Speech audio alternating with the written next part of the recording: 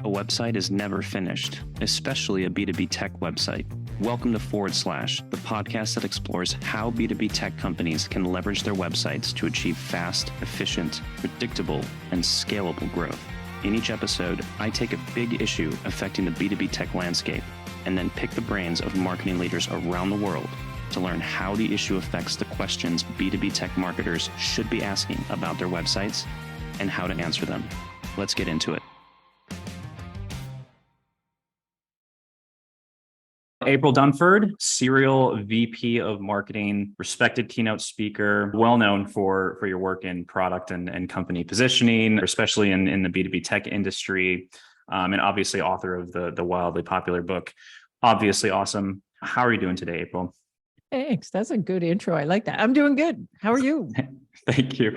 I'm doing fine. It's probably pretty obvious. I'm really excited to speak with you, just pick your brain around positioning. I think we're in a really interesting time now that I think has repositioned to positioning, if you will, just after kind of the reality that hit last year and all the shifts that are taking place, especially in the B2B SaaS landscape. But just to kind of take a step back, I'm curious to learn about you. What drew you to positioning? And just kind of curious about the journey that brought you to where you are today. It's been a weird, winding road. I didn't study marketing. I studied engineering, but my first job that I got out of school was as a product marketer at a startup. And even that's weird because, back then working at a startup wasn't cool. So I joined this little tech company and I was assigned a product. And the reason I got assigned to it is I'm the new gal and they give me the product that was dying. The idea was we were going to shut it down. And instead, I had done some talking to the customers and a bit of research. And instead of killing it, we decided to attempt to reposition it. And we floundered around with that.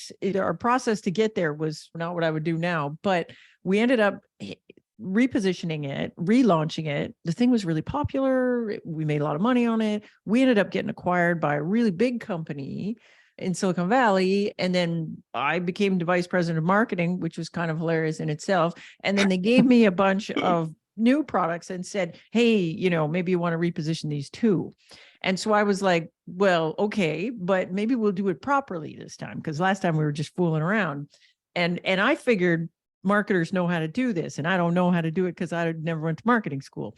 So I started having coffee meetings with all these smart marketers that I know. And I'm reading books and I'm working at the big company. So we got an education budget. So I go back and take some post-grad stuff. And what I discover is we talk about positioning. We know what positioning is. Positioning is this fundamental marketing concept. And yet there exists no methodology for doing it. And that just blew my mind. And so then I sort of embarked on this multi-year kind of, well, I should be able to figure this out. We're all doing it. It's not like we don't do it. We do it. We just don't do it in a consistent way. So after years of thinking about it and trying different things, I ended up with the positioning methodology. And in the late part of my career as a VP, you hired me because I knew how to do that. So, if we were in the interview and you were a startup, I'd say, I think you have a positioning problem. This is what I mean by that. And this is what I'm going to do to fix it. And I would get hired for that skill. So I became positioning was my jam. And then 7-8 years ago, I made the switch from being in-house to being a consultant. And it just made sense that positioning would be my thing. And it took me a couple of years to figure out how to actually package that as a consulting engagement. But now that's all I do. Thanks for taking me through that. I've been listening to your podcast rounds a little bit and I've read your book. And one thing that I would like to kind of cover first, just so all listeners are aligned, is you have some opinions on what positioning is and what positioning isn't. And there are some phrases that you don't like to use, or at least marketers aren't using them properly. And that's the discrepancy between positioning, positioning statement, brand positioning. Can you take me through what you don't like about how marketers are talking about positioning in general today? Yeah, I think positioning is not very well understood in general. A lot of times when you say positioning, what people are really talking about is messaging, or even more specifically, sometimes when people will say, oh, that's like a tagline. I know, man, it's way more than that. And then there's this, the word branding gets thrown around as almost anything. So in my opinion, branding is completely separate from positioning. And in fact, it's an input to positioning. And I can't do branding until I understand what the positioning is. And that would be an input. Like, who is the brand for? What does it represent? So in my mind, positioning defines how your product is the best in the world at delivering something, like some value that a well-defined segment of customers cares a lot about. That's what positioning is. And so it defines who's my competition, how am I different, what is the value that I can deliver that no one else can, who's my target market for that, and what is the market category that I intend to win. And that is an input to messaging. Like if you were to say to me, April, like, we need new copy on the homepage, we need messaging, I'd say, great. Well, who's it for? And what's our differentiated value? Because that's what we're trying to communicate. And, who are we positioned against and how are we differentiated from them? So I would need all that stuff to do messaging the same way I would need it to do branding. We don't just cook up branding out of nowhere. My branding, if I am a children's school, is very different than my branding if I'm a university. Like I kind of need to know the positioning first before I can do all these other things. So I kind of see positioning as like an input to a lot of these things it gets mistaken for. So if we were to positioning versus messaging, let's say we want to take like an account-based marketing viewpoints, multiple buyers in a group, right? Let's say it's an enterprise SaaS. Yep. Every persona, the buyer group is going to be a pretty diverse set of people. Messaging for each buyer that's anchored in the positioning. Is that how that would work? Here's my opinion about positioning and personas. If we think about it, so I have this positioning, and this positioning is essentially the answer to the question, why buy us versus the other alternatives, right? This is positioning kind of sums this up. And so if I think about this, like in B2B, typical B2B purchase group, there's 5 to 7 people involved, like different personas. So first of all, there's what we call the champion. So this is the person who's been tasked with go do the evaluation, find us a solution.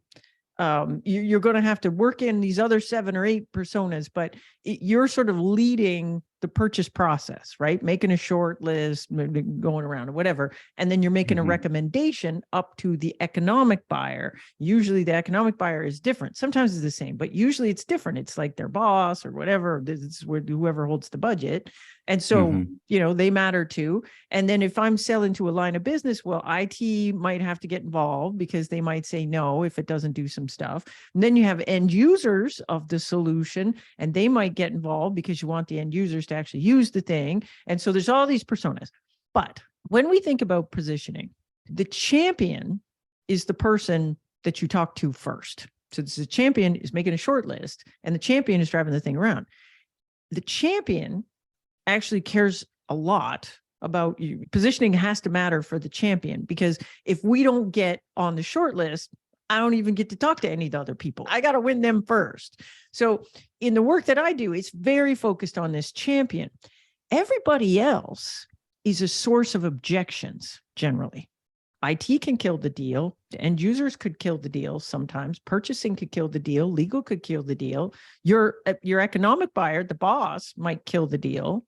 But it's objection handling is what I'm doing. So good positioning rings true for the champion because I got to get them.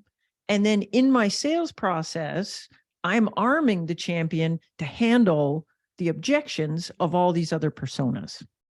If I had understood that 20 years ago, the way I understand it now would have saved me a lot of heartache, because I've seen companies try to do like positioning for all 8 personas, and that's crazy town. Like we actually don't need to do that. We need to focus on the champion, position for the champion, and then we need to arm the champion to handle the objections of everybody else. When do you recommend that companies actually take advantage of properly positioning themselves? Is that right off the bat? Is it after they've gotten some customers under their belt? When have you done it, and when do you recommend companies? Yeah, this is a great question. First of all, you're positioned whether you like it or not. Like even if you never worked on it, whatever, you still have a position. The customer is doing it for you. Right. You don't do it deliberately. So that's one thing.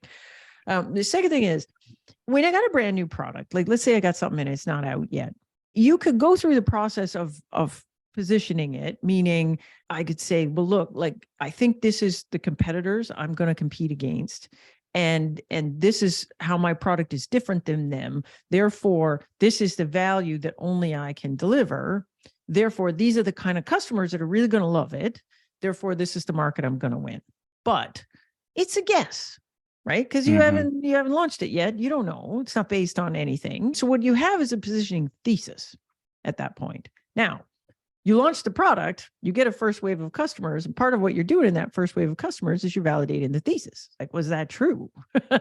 My experience with that, having launched more than a dozen products into market back when I was a VP, is we're always wrong. Sometimes we're really wrong. Sometimes we're just a little bit wrong, but we're always wrong.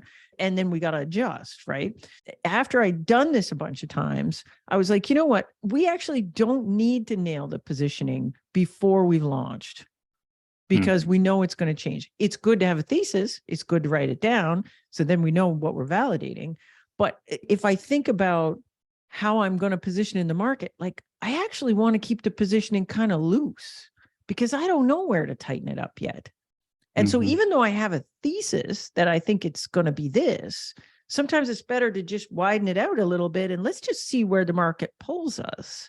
So like I have this terrible example in the book. Let's say you design a fishing net, right? And your thesis is this is the world's greatest tuna fishing net is for catching tuna. Now I could launch it like that and say, world's greatest tuna fishing net, only tuna fishermen will buy it. Maybe it works, maybe it doesn't.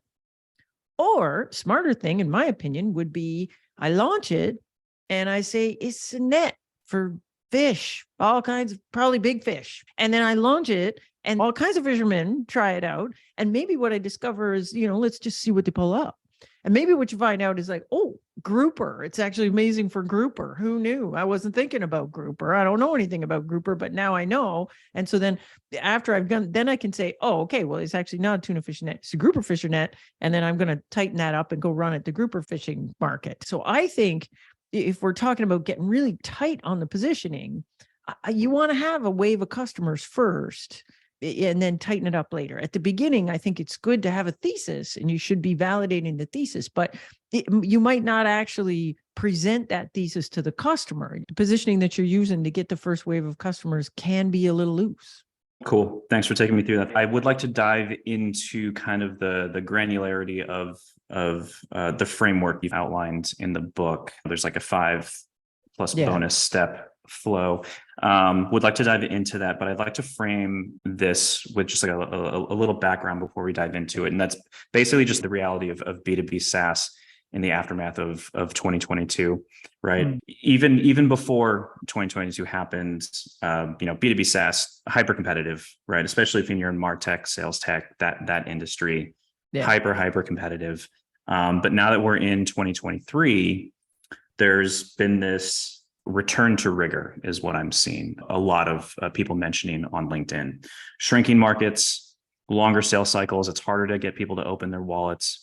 And then this whole understanding of the dark funnel and how 80% of the journey is happening behind the scenes. So taking that into account, I hopped onto Google Trends and I popped in those phrases that we talked about earlier that you don't like, but I just wanted to get like an understanding of the trending. Looked at positioning statement, brand positioning, product positioning. And they all pretty much follow the same trend line over the past 20 years. There was a spike in early 2000s, and it actually declined a little bit and it held stagnant up until the beginning of 2022.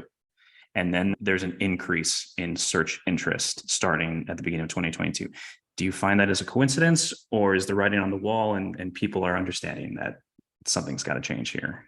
Yeah, that was kind of a loaded question. I apologize. Yeah, so interesting. But I give you a bunch of ideas. Marketing, I feel like, goes through these kind of waves. We'll have, a wave where people are really interested in creative stuff, and and branding is really hot, and we're worried about the colors and our feelings and stuff. And then we'll move to the opposite end of the spectrum and be like, no, man, it's all about the numbers. And, you know, and then it'll be the opposite of that. Like, oh, now we're The pendulum swings. Yeah. Like we go to the other way and then we're, Right. so if I look at sort of, roll the clock back to like 2010, to maybe 2020, like this was kind of the glory days of growth hacking. Right? Totally. It was like, we're growth hacking. We're not marketing, we're growth hacking. And it was this hacky shit. And I call it shit because it's really short-term thinking, right? It's like, I got a metric, I'm trying to juice this metric. So like all the case studies are like, how we improved, landing page visits by 9,000%, using this growth hack, or how we, increased whatever by 89 million% doing this thing. And it was always percentages and breaking the funnel down to these little bits and trying to move one little number and then hacking around until you figured out how to move that number. What I think happened as a result of that, and now I think if you went back and talked to like Sean Ellis or any of the original guys that cooked up growth hacking, I think they would tell you like, that's not what we meant. It's funny you bring that up because I actually had their head of growth on a month ago, and he's like, we're actually campaigning because we're realizing that people are taking this wrong. So they're actually making a lot of money. Yeah, like people have taken that concept and done things to it that it was never meant to do.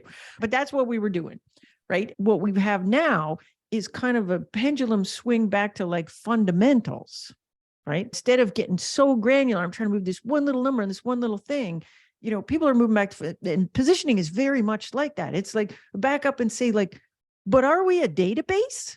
It's very different than how did I improve this metric by 9 million bazillion, but what I've seen is I think a bit of return to fundamentals in that, we can't just be super tactical. We actually have to look at our overall marketing strategy and like, are we targeting the right people? Is this really the value that we can deliver? How do we win? Why pick us over the other guys? And that is very different from what we were doing. If you roll the clock back 10 or so years ago, it was really like, number soup, right? Yeah, I completely agree. We were taught by by big tech, like HubSpot and Salesforce. Marketing's always been looking for a way to report on ROI. Now we have this ability. Let's just hack away at right that part of the market that we can actually track. And it's like, for the past 10 years, we've essentially just been going after that 3% that are actually in market and completely neglecting everybody else. And like, that's a whole nother conversation. That like brings in the whole like demand creation versus demand capture. How would you describe the state of positioning right now? Like, I think marketers in general, they understand positioning is key. It's one of those basic things, but we take it for granted. Do you find that the percentage of marketers who understand it equals the percentage of marketers who practice it? This is an interesting thing. So it's funny, like it used to be, if a conference organizer called me and said, hey, April, you want to speak at my conference? I say, oh yeah. And they say, what do you want to talk about? And I say, I'm going to talk about positioning. And they'd be like, don't you have something cool to talk about? Like there was this idea that there was like this old boring shit and we knew everything there was to know, when in fact, literally no one was doing it. I never joined a company where they said, ooh, we did a positioning exercise to like figure this out. Like nobody was doing it. So there was this idea that it was just kind of happening. Like positioning was just happening. It wasn't a thing that we did. It just happened. So now I think it's different. So I think there's a lot more like awareness of like positioning is a thing and we can do it. It doesn't just happen to us. Like we can actually influence what that positioning is and we can change it. We can reposition something. So that's shifted a lot, I think, in the last bit. And then there's all these people like actually like positioning consultants. Holy smokes. There's like 1 million of them now. They're filling up my inbox. Whereas when I started, I was the only person. Like there were agencies. And the agencies would say, oh, we're going to redesign your website. And part of that is to do messaging and positioning. But what they would really do to get that positioning part is they would come and ask you, so who's your target market? And what's your value prop? And how are you, who are you for? Like, and they would just ask you. So they weren't doing it for you. I literally see these agencies that have these questionnaires and you're just supposed to fill it out. And so same thing with like the positioning statement is the same thing, right? That is not a methodology for doing positioning. It is a very crappy way of writing your positioning down. It assumes you know the answers, right? Like there's a blank in there. We are a blank for blank for blank. There's a blank in there and it says market category. I can position any product in 1,000 market categories. How do I know I got the right one? This is the question I'm trying to answer, right? This drove me nuts as a marketer. Like I went and I took this course in a university and the guy did the course on positioning and he literally put up the positioning statement and he says, you just fill in the blanks. And I'm like, you're kidding. Like, and I had just repositioned something. And so I like put my hand up and I'm like, dude, like we thought it was desktop productivity software, but then we repositioned it as embeddable database for mobile devices. Pretty different. And so how would I know which one of those when I'm doing this exercise where I just write it down? And the guy literally said to me, trust me, April, you'll just know. And I was like, dude, no. Might work like that here in the classroom, buddy. But out there, we don't just know. Like we thought we knew and we were wrong. So anyways, I think there's more awareness now, you know. I think I had something to do with that too, because, I got a book out, I'm out on the speaking circuit. And so, like before I started talking about positioning, I didn't feel like there was a lot of people talking about positioning, but sometimes it works like that in marketing. Like one person starts talking about something and people are like, yeah, I never really thought about that. Yeah. And so now there's all kinds of people talking about it. So that being said, I would like to dive into kind of the nitty gritty of what you're practicing around positioning. Could you take me through what signals do you look for? Is it usually a company comes to you like, we think we have a positioning problem, or is it April? Can you tell us if we have a positioning problem, or what does that look like? So let me give you two things. When I was a VP marketing, I get hired and what everybody wants me to do is smash my foot on the lead gen gas, right?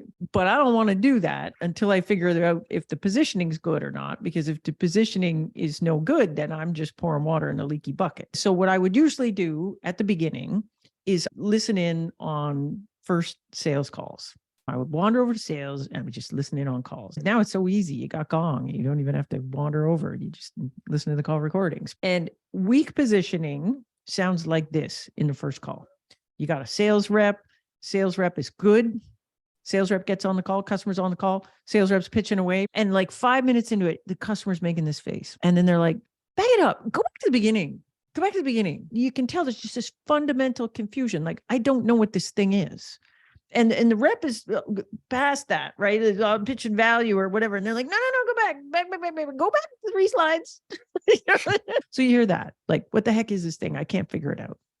Or worse, and much more common, customer gets on and says, yeah, I know what you are. You're just like Salesforce. And you're not like Salesforce. You're nothing like Salesforce. And the rep is like, no, we're not that. No.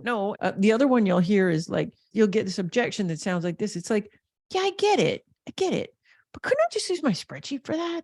Like, why would I pay for that?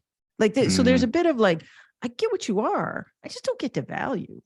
Like, I don't get why anyone would spend money on that.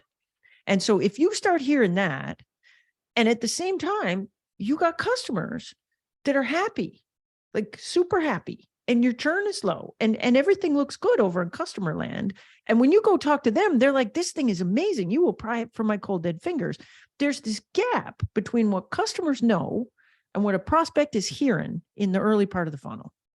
And that's a positioning gap, right? This is what you are, but these guys aren't getting it. If I was hearing that in a first call, then I would be like, we should probably back up here and revisit the positioning. If I'm not hearing that in the call, then maybe the positioning's all right. Right. So now you go to me, so here's me as the consultant. Now, occasionally I'll get one where they'll come to me and they'll be like, it doesn't sound like the problem they have is a positioning problem. So occasionally I do get a few of those and I disqualify them. Like sometimes I'll get a company to come and I'll say, so what is it you're trying to do? And they'll say, well, you know what? Like, we don't have a problem with the sales pitch. Like everybody that hits sales, we close them. Close rate's really high. Sales pitch works. We're just not getting enough at bats. Like we just need more people coming in the funnel. that doesn't sound like a positioning problem to me at all. It's like you got a great story. Sounds like you got great positioning. You got lousy lead gen and you're going to have to go fix that. You mentioned people can get stuck. You have the 5-step process. Would it make sense to go through those 5 steps? I'm assuming it's one of those 5 Sure. steps that they're getting stuck. However, Yeah. you think it's best to approach that. Yeah. So the way I approach positioning is let's bust it into pieces, solve for the pieces, and then smash them together. And so we know what the piece parts of positioning are. They're kind of like the blanks in the positioning statement, right? So there's 5 things. It's competitive alternatives. If you didn't exist, what would a customer do? It's differentiated capabilities. So what do you got that the competitors don't have? And then there's differentiated value, because customers don't actually care about your features. What they care is the value that those features deliver for your business. And then we're not selling to everybody. We're selling a particular segment of customers. So there's, who's my target customer? And then the 5th piece is market category. Am I a desktop productivity software or an embeddable database for mobile devices? So those are the 5 things. Now, once you split them apart like that, you start realizing that the things are all related to each other. So if I say, what is my differentiated value? Well, the value that I can deliver for customers that no one else can is super dependent on my differentiated capabilities. Like that's where it comes from. We don't get to make it up, right? So those 2 things are tied. But then when you think about it, differentiated capabilities are only differentiated when you compare them to an alternative. So those things are all, I can't figure out one without knowing the others. And then if I say, who's my best fit customer? Well, that's a customer that cares a lot about the value only I can deliver. So those things are tied. And market category is, if I think about it like context setting, it's the context I position a product in such that this value is kind of obvious to these people. So I can't figure out market category until I know value and target. So everything's got a relationship to everything else. Where do you start? This was the difficult part, is figuring out how do I start. And how I got out of this was I got really into jobs to be done, Clayton Christensen stuff, and was trying to figure out what the intersection was between positioning and that. And where I landed was we actually have to start with alternatives, because if we start anywhere else, then what we end up with is positioning sounds good in the office, but you take it outside and it doesn't work because you are insufficiently differentiated from the competition. So we actually start. So here's how the methodology works. We start with competitive alternatives. If you didn't exist, what would a customer do? Or put another way, what do I got to beat in order to win a deal? So that includes anything that lands on a short list, the things that look just like you, but it also includes the status quo, right? Which is using a spreadsheet or doing it manually or whatever. I got to beat all that in order to win. So I start there. That's my stick in the ground. That's what I have to beat in order to win a deal. Then I say, well, what do I got that they don't have? This is differentiated capabilities. And this is easy. I can make a great big long list. Here's all the things I got that the alternatives don't have. And then once I have that, then I can go down that list of things. And for every feature, I can say, so what? Why does a customer care about this feature? And translate it to value. And while I'm going down that list, what you'll see is the value will theme out into buckets. And that's good because we don't want 9,000 points of value. We want 2, we want 3. And that's my differentiated value. That's how I get to that. And then once I have differentiated value, then I can say, all right, I'm the only company in the world, the only software product in the world that delivers this combination of this plus this plus this. Not everybody cares about that the same. So what are the characteristics of a target account that make them really, really care a lot about the value that only I can deliver? That's my definition of a best fit customer. So now I got that. And then once I have that, then I can say, okay, like I got this value, I got these people I'm trying to communicate it to. The market category is kind of my starting point for a conversation. So am I better if I call this thing a database or a data warehouse? Is this a robot or a self-driving car? And so what is the context that helps customers understand this, help these kind of customers understand this value? Is there a standardized practice or types of questions or like who you ask in order to gather all of this information? So we talked about how, you can talk to the sales team, the customer success team, the product team, what have you. There's probably some interviews with customers there. Is there an approach that you've come to like that, like 50% customers, 50% internal or something? I have a super controversial hot take here. Ooh, what is it? If you're B2B, right? And particularly if you're big ticket B2B. So it's kind of a complicated sales process. I probably have more than one conversation with you to get you closed. And there's salespeople, then we actually know a lot about customers. Sure. And one thing we absolutely know is, who do they compare us to? So we know the first step. We know it. Sales knows it. Now, here's what's funny. People don't agree. Most bad positioning actually comes from the root cause of it is people internally don't agree on who the competitors are or who you have to position against. You're saying even with the data, they don't agree on it, or is it they need to get the here's data? the thing. Nobody asks sales. So you got product managers, right? Product managers think about competition in a different way because they're worried about the product roadmap. And so they're worried about competitors that might pop up 2 years from now or 3 years from now, right? So they're thinking, so how do they figure out competition? They Google it, right? They're Googling and they're finding all these companies and saying, "Ooh, geez, well, how are we going to be different than them?" But in positioning, I don't have to position against a ghost. Like if my customer has never heard of that competitor, I don't have to position against them. Easy. So if I go ask product, who do we compete with? They're going to give me this great big long list. And it's not going to look like the list we get from sales. Marketers, they're terrible. And I say this as a marketer. The marketers will say, "Oh my God, our biggest competitor is blah." And it's whoever's spending the most on marketing. I see they're everywhere. Doesn't mean your customers see them, right? Doesn't mean your customers. Doesn't mean they're targeting the same accounts.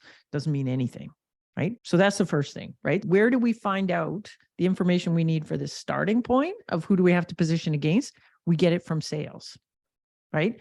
So then the second thing, differentiated capabilities. How are you different than the alternatives?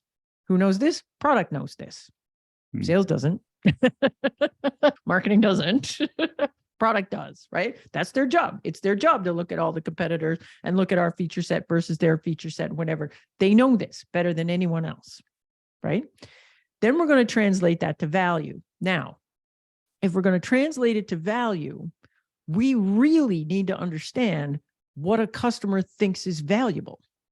Generally, this is inside the company. People know this, but it's in pockets and it's all over the place, right? So sales knows a lot because they know what closes a deal. Success knows stuff that goes wrong after the sales. And they can tell you some stuff. Product is out there doing interviews with customers and things like that too. So they understand some stuff. Marketing knows what gets them hooked. And then you got a CEO or a founder, they're probably out talking to customers all the time too. They know some stuff.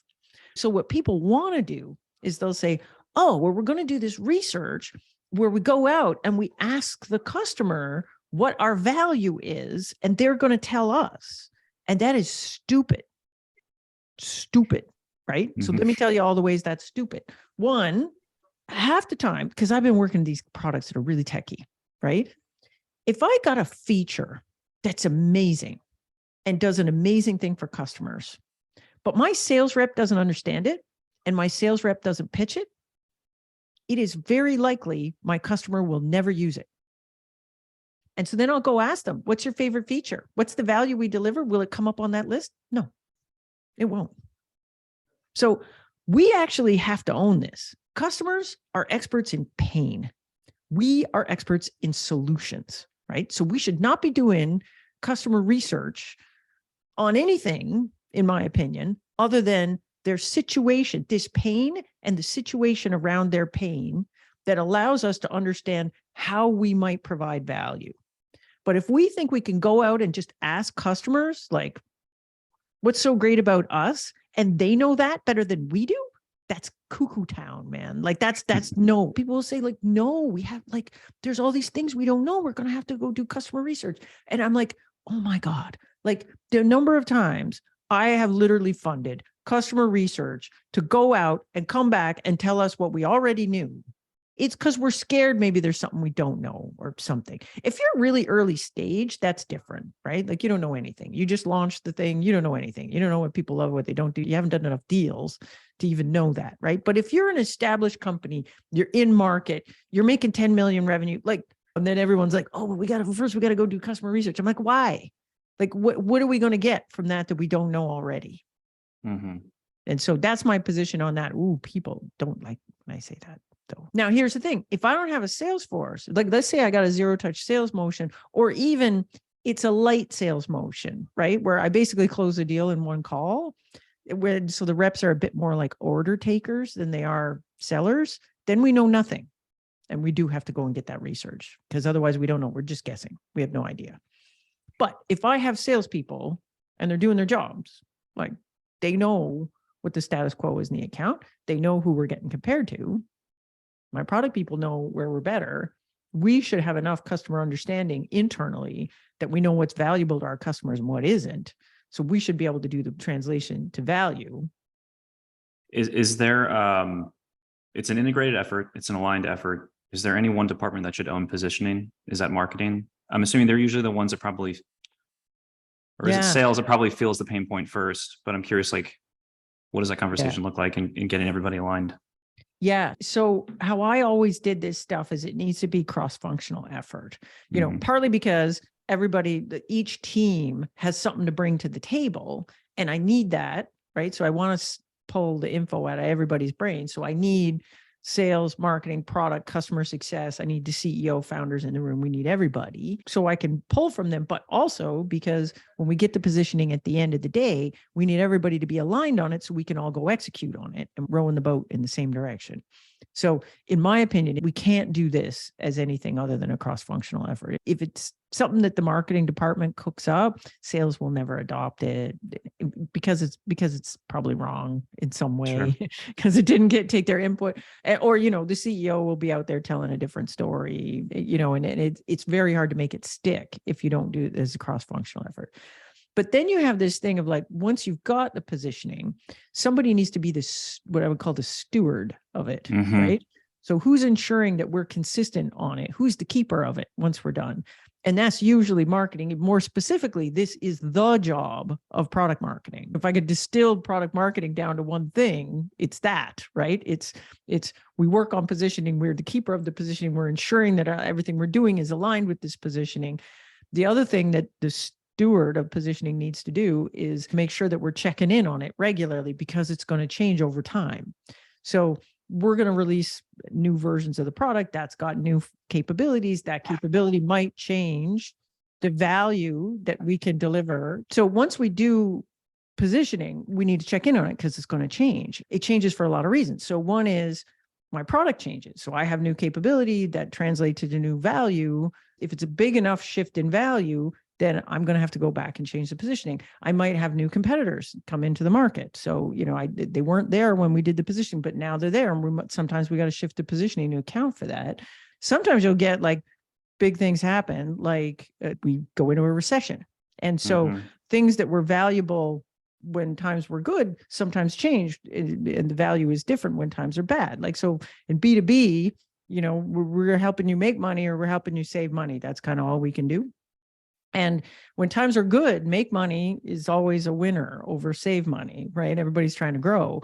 But when times are bad, a lot of times people aren't trying to grow. They're just trying to conserve cash. And so all of a sudden saves money looks pretty valuable. So whenever one of these shifts happen, you're going to want to get the gang together and check in on your positioning and see whether or not you got to change it. And so if it's product marketing that owns positioning, it's them, you know, that books the meeting and says, hey, we got to get together and have a look at this thing. Given how tumultuous the last couple of years have been, I feel like there's been a lot of opportunities for companies to reconvene and be like, we need to change our positioning. Does that, do you recommend it be, is it like whenever something major happens, or is it let's reconvene every quarter or something just to make sure we're still rowing in the right direction? So what I used to do is every 6 months. So we do it twice a year regularly, whether something's happening or not. We just do a little check-in, because sometimes we don't know until we get everybody in the room, like especially if something's happening in sales, because we're not always asking them, right? So we get everybody together, and we wouldn't get everybody together and redo the positioning. We're just going to do a check-in. So we get everybody together and we're like, okay, competitive alternatives, same as the last time. Is this still the right list? Are we seeing anybody different? Anything, you know, differentiated capabilities. Has that changed?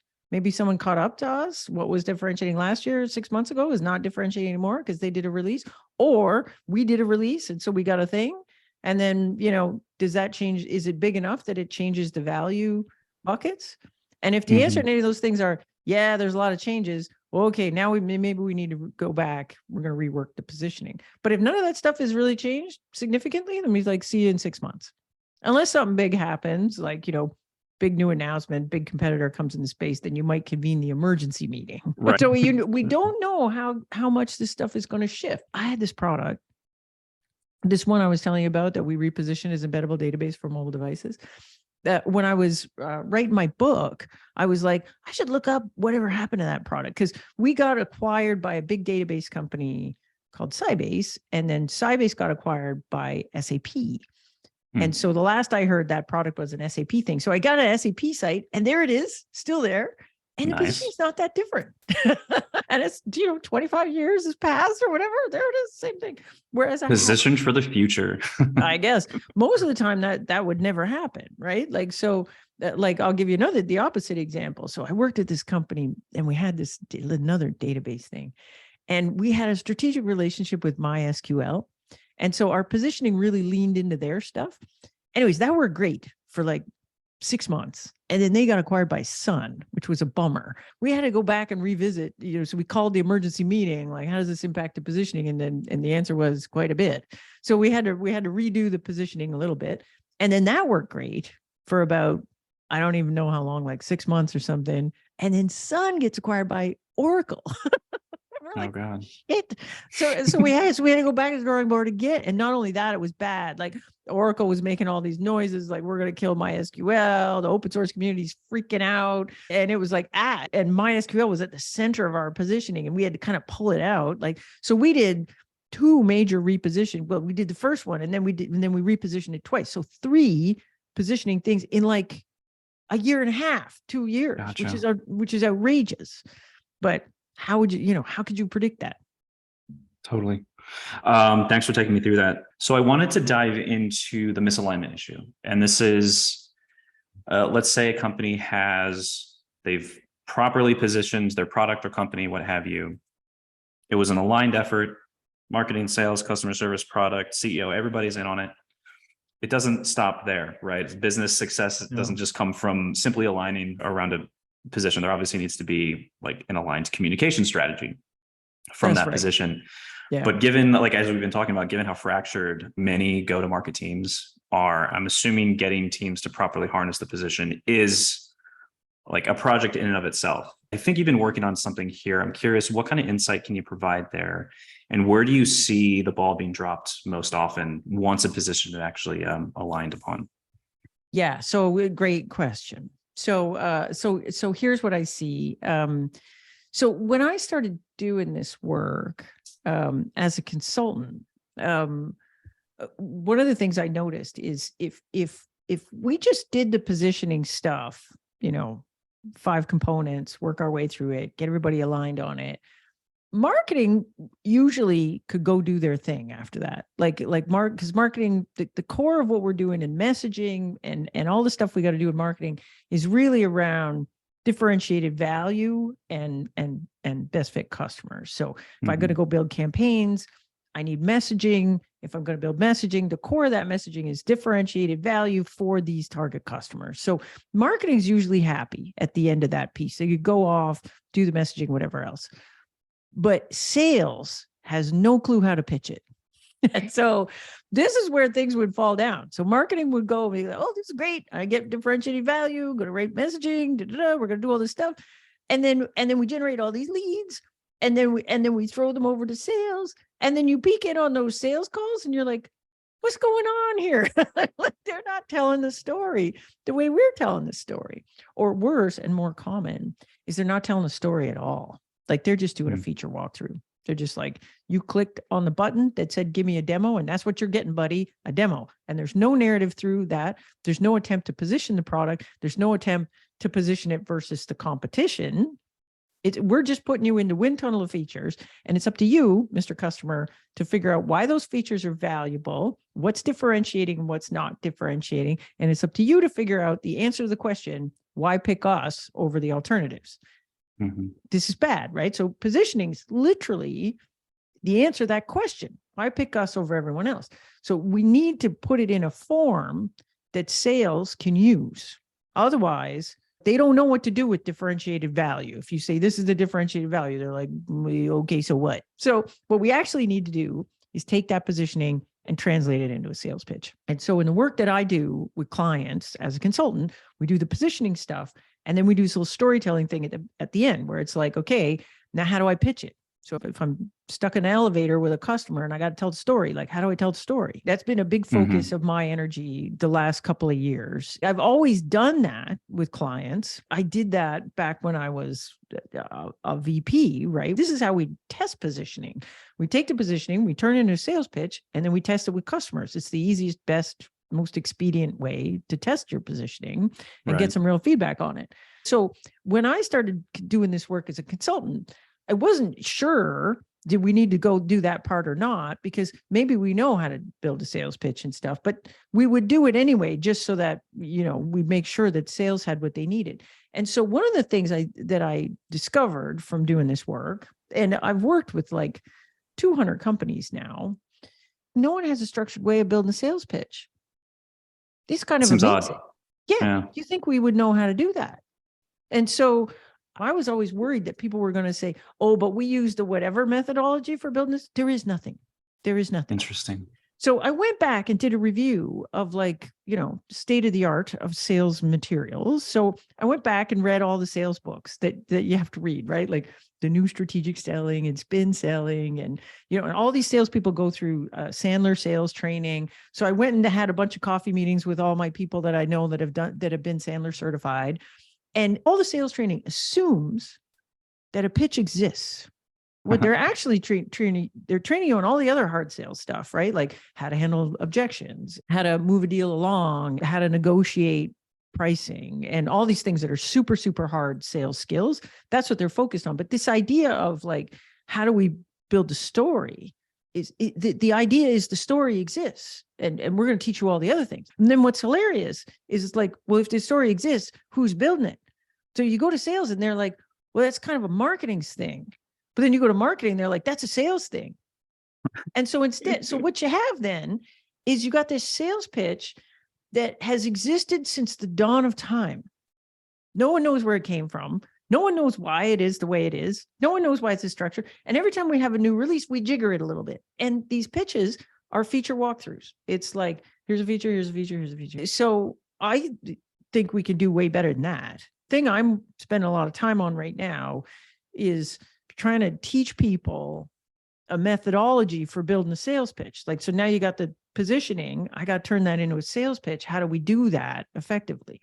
Is there anything that you'd like to share as far as like what that looks like that you're working on? Yeah. So in B2B, we lose 40 to 60%, 40 to 60%, half-ish of our deals to no decision. And no decision is not, if you dig at the data, that no decision is not necessarily a vote for the status quo. It's not like we went out and we looked at everything and we decided the thing we're doing now is fine, so therefore we're not going to buy anything. No. What actually happened is we went out, we looked at all the alternatives, and we couldn't figure out what to do. Now, here's the thing you need to know about B2B selling. The champion, remember we talked about personas before? It sucks being the champion, right? And usually the champion did not choose that job. Usually the champion got assigned that job by their boss. So go buy us some accounting software. And the champion's like, shit, I don't want to buy accounting software. What do I know about accounting software? I'm an accounting software user, but like, I don't know who the players are in accounting software. I don't know who's good and who's not. I don't know what's possible and what's not possible. I have no idea what my purchase criteria are. And if I make a bad decision, bad things happen, right? Like if I recommend something bad to my boss, then I'm going to look stupid, right? And or the end users in the accounting department are going to hate my guts because I picked that stupid thing. And like maybe we fail the audit and I get fired for picking that stupid thing. So this is a high stakes decision generally made by a person that has never purchased a thing like yours before. So they don't know much. And so this is why things end in no decision. Because this guy looks at a bunch of things, makes a short list, does a thing, and then there's 4 or 5 choices here and they all look the same, but I don't want to pick the wrong one. What we're doing now is okay, right? The easiest thing is to go back to my boss and say, look, now's a bad time. I Mhm. looked at them. They all look kind of the same. They don't look that different than the thing we have right now. It's not worth doing. We're in the middle of the audit. This is a bad time of the year. Blah, blah, blah, whatever the excuse is, kick the can down the road. No decision. So our job, if we believe that and we understand that, our job is to give that champion what they need to confidently make a decision. And what they need is a map of the whole market. They don't actually need to know just about you. They need to know about everybody and where you fit and why they should choose you versus the other guys. And so a really good sales pitch has a little setup part at the beginning where you're essentially saying, look, here's all your options, right? And the pluses and minuses of these options. And oh my God, look, there's a gap here. And that gap is actually super important to you. And we are the people that fill that gap. And so now what I've given the customer is a guide to the whole market so that they can feel confident I picked the right thing, because I didn't just learn about you. I learned about everybody and why I should pick you versus everybody. Most of the time, we're not doing that in a sales pitch at all. We're just talking about ourselves. And so my sales pitch structure starts with this upfront bit, which I call the setup. There's this little setup where we're talking about our insight into the market, like how we look at, the root cause of the problem or the problem, like what's really important to solve here. And then we're looking at the pros and cons of all the other choices for different kinds of customers. And we're getting alignment with the customer right at the beginning. Like, look, like if this is really what we're trying to do, and these are all the ways we could do it, knowing what works and doesn't work in the market, like a perfect solution should actually tick these boxes. It should do this, right? Mhm. And then if the customer's like, right, well, then you got them. And all you got to do for the rest of the pitch is show how you do that. I could give you an example if you want. Please. Yeah. I use these guys as an example all the time. Recently acquired by Salesforce. They're called Level Jump. And so what they do is sales enablement software. That's what they do. So software to get your reps onboarded, trained, get them up to speed. Hmm. And so terrible market, all kinds of competitors, like a bajillion competitors in this market, and they all look the same. Well, they don't all look the same. The competitors fall into two buckets.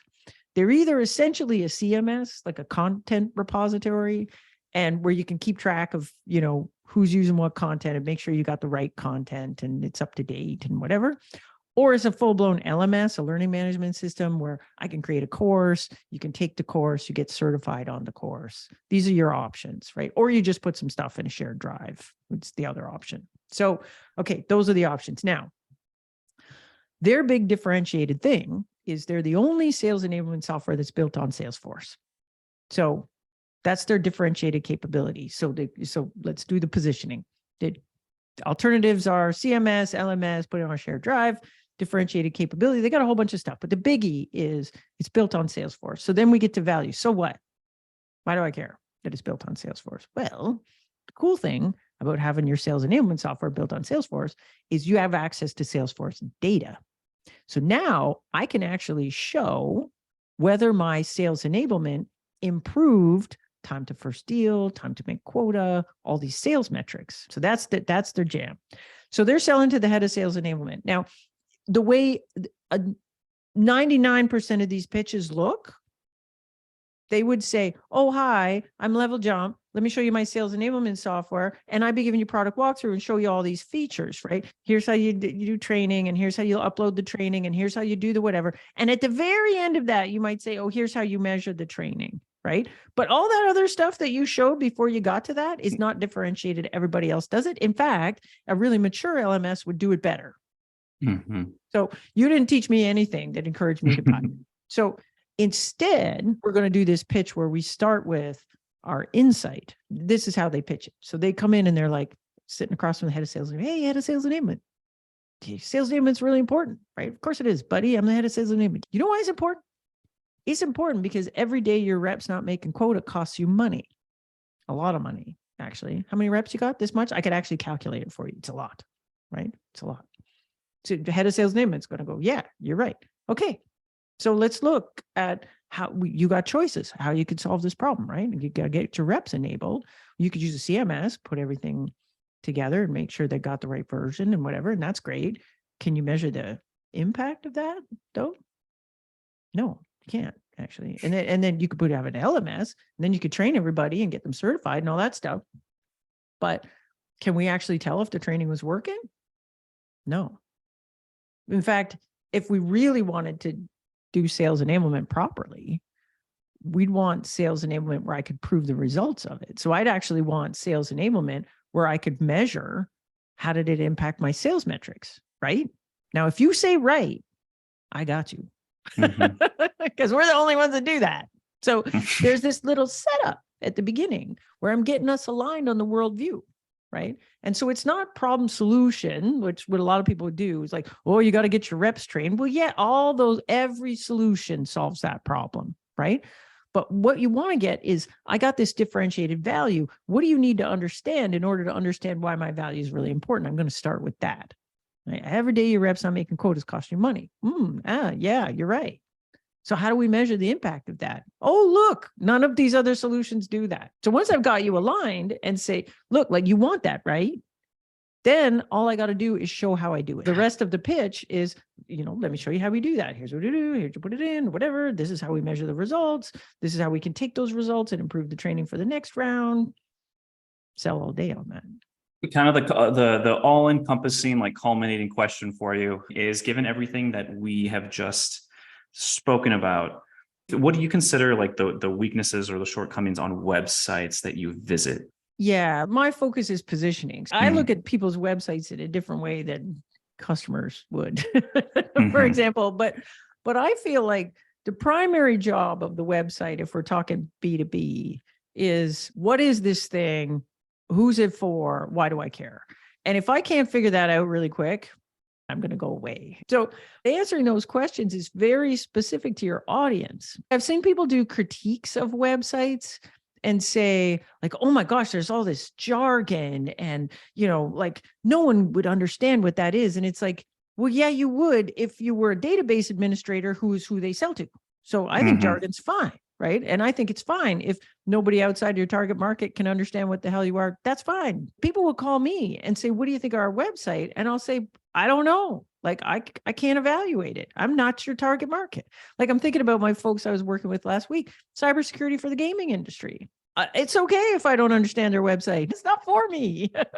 If your target person lands there, do they get what you are? Do they get it's for you? And do they get why they should care? And then it's all the stuff around that, right? So if I'm in a purchase process or I'm trying to figure out who's landed on my short list, what information do I need to make that decision to put you on the short list? And so is it giving me all of that? April, this has been great. One final question. Are there any upcoming events that you're going to be taking part of that you want listeners to know about? Let me see. What do I have coming up that's fun? I'm going to Turing Fest in Edinburgh. Cool. In June, the end of June, last week of June. Highly recommend this conference. Very fun. Edinburgh's very good. I was there last year and literally had the best time of my life. I hear good I had things. so much fun. It was difficult to recover. So I'm going to that because it was so good last time. I'm coming back again this time. And obviously, everybody, if you haven't read her book, obviously awesome. The preeminent book on positioning at the moment. A fantastic read. April, again, thanks. This has been great. Okay, thanks. Thanks for having me.